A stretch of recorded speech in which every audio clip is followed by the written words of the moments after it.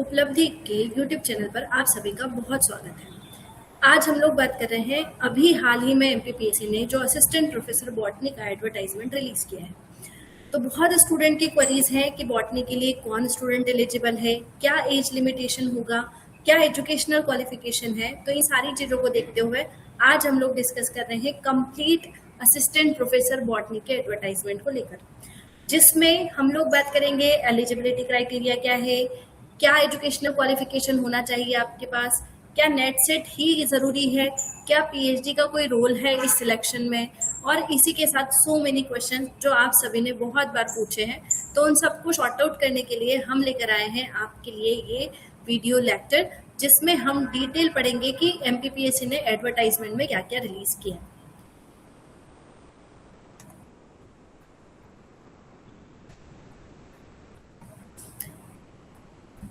तो सबसे पहले हम स्टार्ट करें कि एमपीपीएससी है क्या और इसने बॉटनी की पोस्ट के लिए क्या लास्ट डेट दी है और क्या इसकी पोस्ट का डिटेल है। ठीक है, तो सबसे पहले हम बात कर ले एमपीपीएससी मध्य प्रदेश लोक सेवा आयोग, जो जिसका भी सेंटर इंदौर में है, और इन्होंने अभी हाल ही में सहायक प्राध्यापक वनस्पति शास्त्र मतलब बॉटनी के पदों के लिए 2025 का नोटिफिकेशन जारी कर दिया है। विज्ञापन क्रमांक आपको यहाँ पर विजिबल है, ये उच्च शिक्षा विभाग के अंतर्गत आता है। सबसे पहले बात कर ले सहायक प्राध्यापक वनस्पति शास्त्र मतलब असिस्टेंट प्रोफेसर बॉटनी का जो पद है वो किस विभाग के अंतर्गत आता है। तो ये आता है आपका मध्य प्रदेश का उच्च शिक्षा विभाग। ठीक है, ये जॉब किस तरीके का श्रेणी रखता है, तो ये राजपत्रित द्वितीय श्रेणी का पोस्ट है। इसमें पद की स्थिति मतलब ये कैसा पोस्ट है, तो ये एक रेगुलर बेसिस पोस्ट है, मतलब परमानेंट पोस्ट है।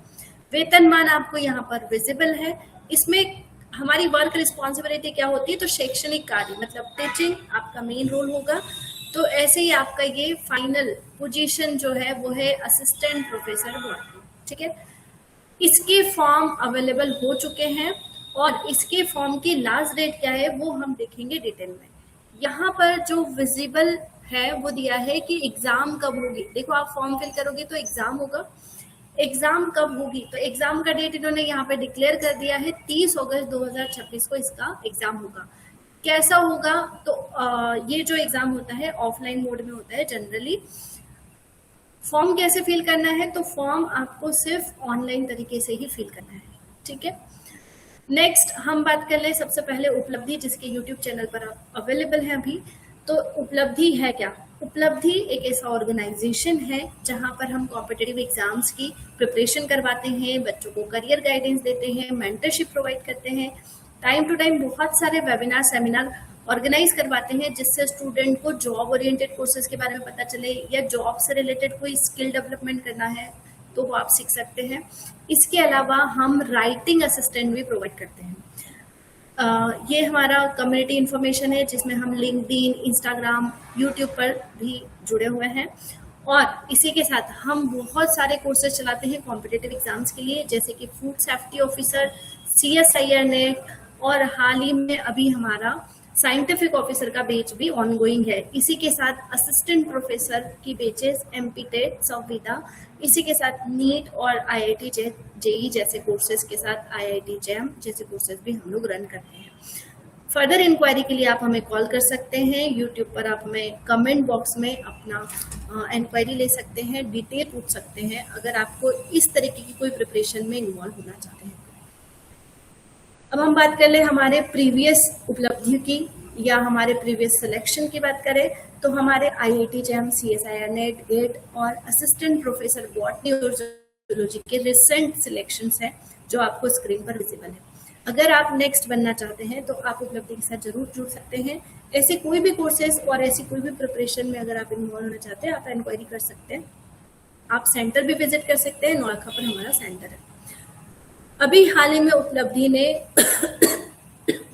कुछ इंटर्नशिप प्रोग्राम्स रिलीज किए हैं जो कि बेसिक बायोइन्फॉर्मेटिक टूल्स को लेकर है, और एक रेगुलेटरी राइटिंग प्रोग्राम है जो कि वर्क फ्रॉम होम अपॉर्चुनिटी देता है। तो ये रेगुलेटरी कोर्सेस हैं, ये शॉर्ट टर्म कोर्सेस हैं जो बहुत शॉर्ट टर्म में करके आप अपनी स्किल एनहांस कर सकते हैं।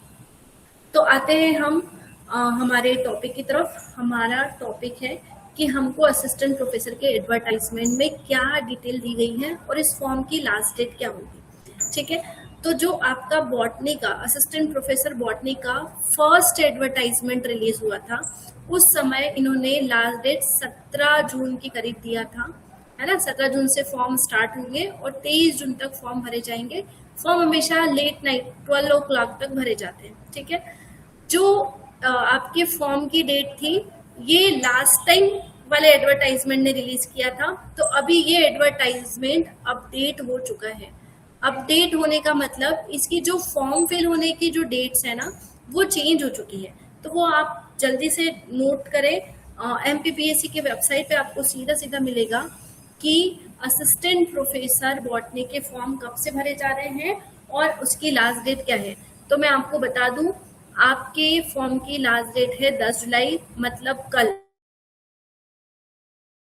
वीडियो है जिसमें आप जल्दी से जल्दी अपना नोटिफिकेशन पर जाकर फॉर्म फिल करें, क्योंकि अब आपके पास समय बहुत कम है, ठीक है। क्योंकि इसके बाद 10 जुलाई के बाद आप फॉर्म तो फिल कर सकते हैं, लेकिन आपको फिर लेट फीस के साथ फॉर्म फिल करना पड़ेगा, and it is around 3000 rupees. Okay, तो अभी हम लोग बात कर ले कि फॉर्म कब से स्टार्ट हो चुके हैं। तो फॉर्म स्टार्ट हो चुके हैं आपके 27 जून से,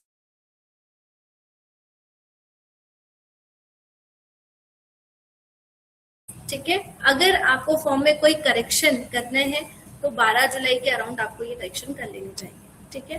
तो एडवर्टाइजमेंट आपको यहाँ डिटेल मिल जाएगा। कहाँ जाना है, तो एमपीपीएससी की वेबसाइट पर एमपी ऑनलाइन का जो ऑप्शन आता है, वहां से आपको ये डिटेल मिल जाएगी।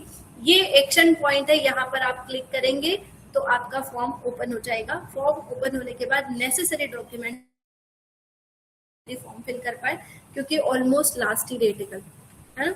एज लिमिट की हम लोग बात कर ले कि क्या एज लिमिट होगी और कब तक की काउंटिंग होगी। तो आपकी एज 1 जनवरी 2026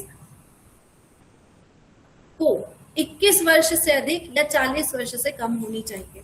ये आपकी एज लिमिट है। अधिकतम आयु सीमा में जो छूट मिली है वो कैटेगरी वाइज अलग है, मतलब ओबीसी और एसटी एससी कैटेगरी के जो कैंडिडेट हैं उनको कुछ साल का रिलैक्सेशन मिलता है। तो वो रिलैक्सेशन का कैटेगराइजेशन आप परिशिष्ट ए में जाकर देख सकते हैं। आयु की गणना मतलब आपकी एज कब से काउंट होगी, तो आपकी एज काउंट होगी 1 जनवरी 2026 से। डेट ऑफ बर्थ क्या लिखना है, तो जो आपके 10th क्लास की मार्कशीट में जो नाम लिखा है, जो डेट ऑफ बर्थ लिखी है वही डेट ऑफ बर्थ लिखनी है। पापा का नाम स्पेलिंग वाइज जैसा लिखा है बिल्कुल वैसा लिखना है। में डॉक्यूमेंट वेरिफिकेशन में आपको कोई इशू ना हो, इसलिए इन चीजों का विशेष ध्यान रखा जाए। अब हम बात कर ले सीट कितनी है ना। तो टोटल सीट्स की अगर मैं बात करूं तो आपके बॉटनी में है 125 सीट्स, जो कि बहुत अच्छी सीट्स हैं। बहुत अच्छा समय है जहां आपको कंपटीशन के साथ साथ सिलेक्शन के चांसेस भी हैं, क्योंकि आपके पास सफिशिएंट सीट्स हैं। अगर मैं इसको कैटेगरी वाइज बात करूं तो यूआर की 33, एससी की 20 सीट्स हैं, एसटी की 25 सीट्स हैं, और ओबीसी वालों के लिए तो बहुत ज्यादा सीट है, विच इज 34, है ना। ईडब्ल्यूएस के लिए आपके 33 सीट्स हैं। इनमें से जो अतिथि विद्वान हैं, ऑलरेडी जो गेस्ट फैकल्टी हैं ऑनलाइन पोर्टल के थ्रू, मतलब एमपी गवर्नमेंट के पोर्टल से जो लोग ऑनलाइन गेस्ट फैकल्टी हैं, उनके लिए कुछ पद जिसमें ये नंबर आपको विजिबल है, ठीक है। इसी के साथ जो एमपी के रहने वाले हैं उनके लिए सीट्स है यहाँ पे। इसके अलावा एलडी, वीएच और एचएच जो कि दिव्यांगजन कैटेगरी है उनके लिए सीट्स रिजर्व है। ये जो रिजल्ट या जो एग्जाम होगा इसमें सीट्स 87% और 13% के हिसाब से डिस्ट्रीब्यूटेड है, जिसका नंबर आपको नीचे दिया गया है, ठीक है। एलिजिबिलिटी क्राइटेरिया की हम लोग बात कर ले तो एलिजिबिलिटी क्राइटेरिया में आपके पास जिस भी सब्जेक्ट से आप फॉर्म फिल करना चाह रहे हैं उसके लिए आपके पास एमएससी होना चाहिए, है ना। नेक्स्ट में हम लोग बात कर लेंगे कि एमएससी किस सब्जेक्ट में के स्टूडेंट एलिजिबल है बॉटनी के लिए, ओके। इसी के साथ अगर मैं बात करूं आपके एलिजिबिलिटी क्राइटेरिया में और क्या है,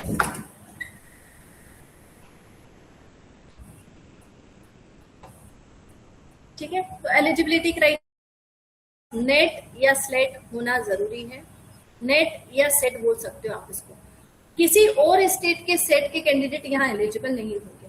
जिनका 2009 से पहले या उसके बाद का पीएचडी है उनके लिए यहाँ पर डिटेल दिया गया है कि उनके लिए क्या कंडीशंस लागू होगी। आप इसको डिटेल में रीड आउट कर सकते हैं। तो हम लोग बात कर ले कि बॉटनी के जो स्टूडेंट है वो एलिजिबल है कि नहीं एलिजिबल है फॉर्म फिल करने के लिए। तो microbiology, biotechnology, life sciences, environmental sciences, bio informatics, even genetics और जेनेटिक इंजीनियरिंग के स्टूडेंट एलिजिबल है। इसी के साथ एक और प्रपत्र जिसका शुद्धि पत्र बाद में रिलीज हुआ है, तो अप्लाइड माइक्रोबायोलॉजी और अप्लाइड माइक्रोबायोलॉजी एंड बायोटेक्नोलॉजी के साथ साथ बायो केमिस्ट्री वाले स्टूडेंट भी बॉटनी में फॉर्म फिल कर सकते हैं, जो कि पहले बहुत लोगों को कंफ्यूजन था। इसके अलावा बायो केमिस्ट्री वाले स्टूडेंट जूलॉजी का फॉर्म भी फिल कर सकते हैं। ठीक है, तो आज के लिए इतना ही। हम लोग जो भी डिटेल नोटिफिकेशन हमने देखा है उसको देखते हुए आप जल्दी से जल्दी जो स्टूडेंट एलिजिबल है वो डेफिनेटली अपना फॉर्म फिल करें। और किसी भी तरीके की इंक्वायरी या डिस्कशन के लिए या आपको कोई भी डाउट हो तो आप हमें कांटेक्ट कर सकते हैं। आप यूट्यूब पर हमको कमेंट कर सकते हैं और इसी तरीके के और वीडियो के लिए आप हमें सब्सक्राइब कर सकते हैं, जहां हम टाइम टू टाइम अपडेट करते हैं वैकेंसीज को, एडवर्टाइजमेंट को, इवन बायोलॉजी फील्ड से related all the kind of notification जिसमें government job opportunities, webinar, seminar जैसे इंफॉर्मेशन होती है। तो थैंक यू सो मच। अगर आपको कोई सजेशन पूछना है, कोई डाउट है तो आप बिल्कुल कमेंट बॉक्स में लिख सकते हैं। Thank you.